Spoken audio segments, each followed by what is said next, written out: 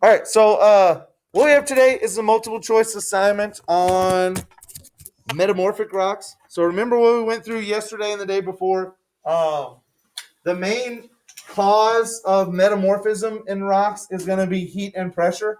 One of the third causes is the addition of fluids, and they kind of went through the different types of metamorphic rocks. Foliation. I think yesterday I talked about foliation and squeezing. So in order to get those flat layers in a rock, it's got to be squeezed, and that's going to make the minerals align in the pattern of layers that they have. So let's see what the questions are and what we can get from the reading. One, which statement best summarizes the relationship between pressure and foliation and metamorphic rocks? There is going to be a relation for that. Actually, I should just click on the reading. Sorry. And it's going to tell you basically at the bottom of the reading towards the part where they talk about foliation. So click on metamorphic rocks, go to the reading, which you can click on it. It's already assigned.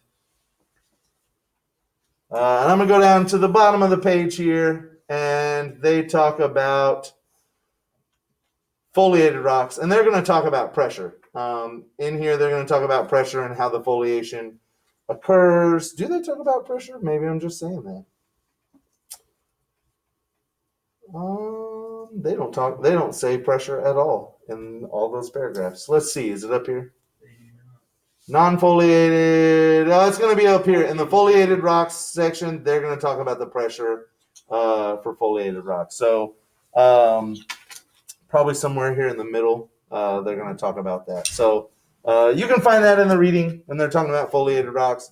What type of metamorphic rocks commonly form as a result of directional pressure involved in regional metamorphism? So they're getting a little specific here. Directional pressure and regional metamorphism.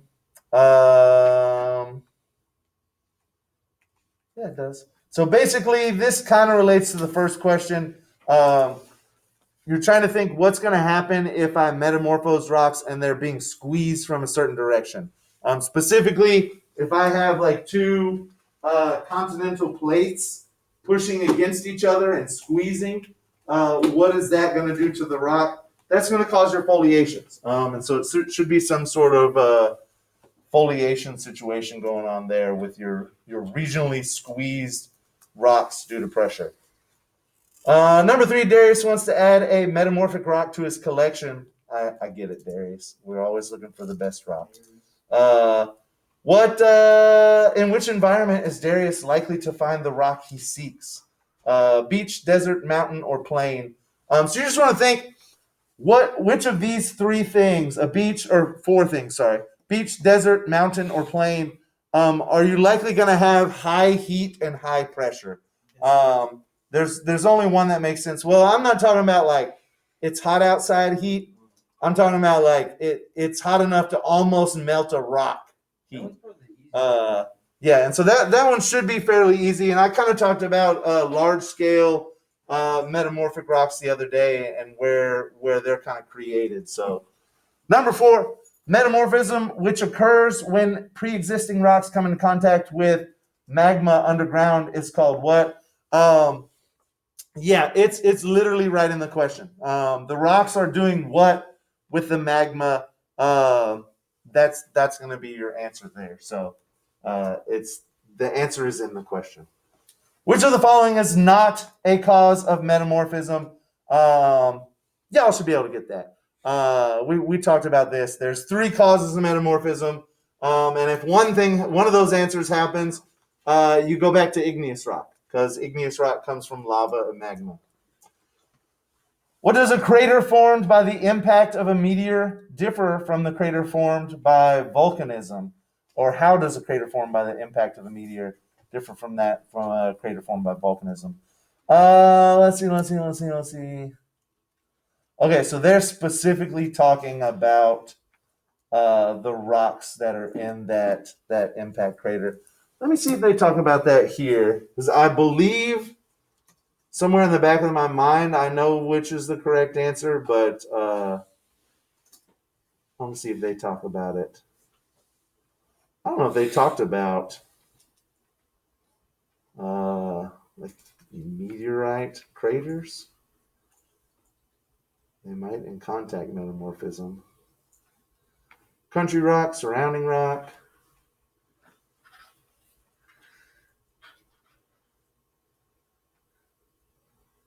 Every time I see the words country rock, it makes me think of like a country rock and like a city rock, and they don't get along because the country rock just likes it quiet. He likes cows. And the city rock is, I don't know, like a rock in a street somewhere. I don't know. It's somewhere there. There's like a children's like geology book that you could write and sell to like 5 people. But yeah, country rock.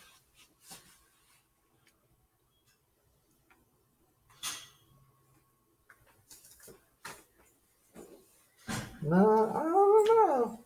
I don't know. Regional metamorphism. No, not in regional. I don't know if they talk about I think you should give it to us. asteroids. I don't know. I don't know if I want to. I don't see it though. Yeah, I don't know if I do either. Chemical reactions.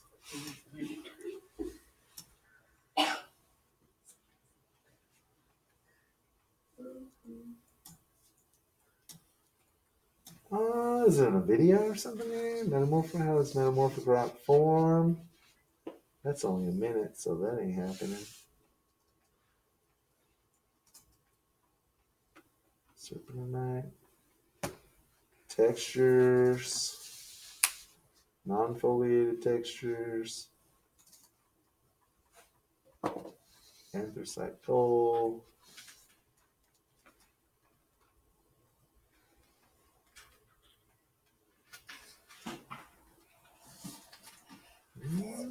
How long was that video? 2 minutes and 36 seconds. All right. Yeah, I don't see it. If I had to guess, and someone, marbles from the yeah. So look, B is not correct. It says marble is only found beneath meteorite impacts. If every single marble statue we've ever created as humans came out of like a meteorite impact, that would be amazing. So B is not true. Serpentinite is found only beneath meteorite impacts. That's not true. Serpentinite is the chemical we use for asbestos, or the mineral we use to make asbestos.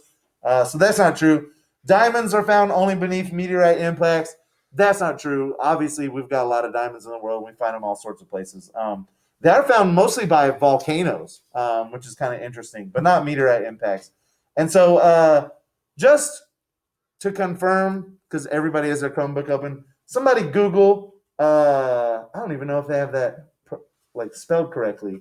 Stishovite, and it's probably going to tell you that it's only created at meteorite impacts. So they didn't really tell you that. You could have Google searched it, and it would have told you immediately. This rock is only found in meteorite impacts, but yeah, the other 3 are used pretty regularly, so they're not formed by that. So metamorphism that occurs over large regions of Earth's crust is called what? We talked about this yesterday. Large regions has a specific term that we use to describe it. Number 8, metamorphic rocks that are composed of mineral grains that are not aligned in planes or bands are said to have what? So there were 2 different textures. The foliated texture was the one that had the flat planes and the stripes where their minerals were aligned. And then there was another one that was not foliated, and that's going to be your other type of rock. I guess there's not a better way to explain that. Number 9, metamorphic rocks that are composed of mineral grains that are aligned in planes or bands are said to have what? So the opposite of number 8. And how are metamorphic rocks classified?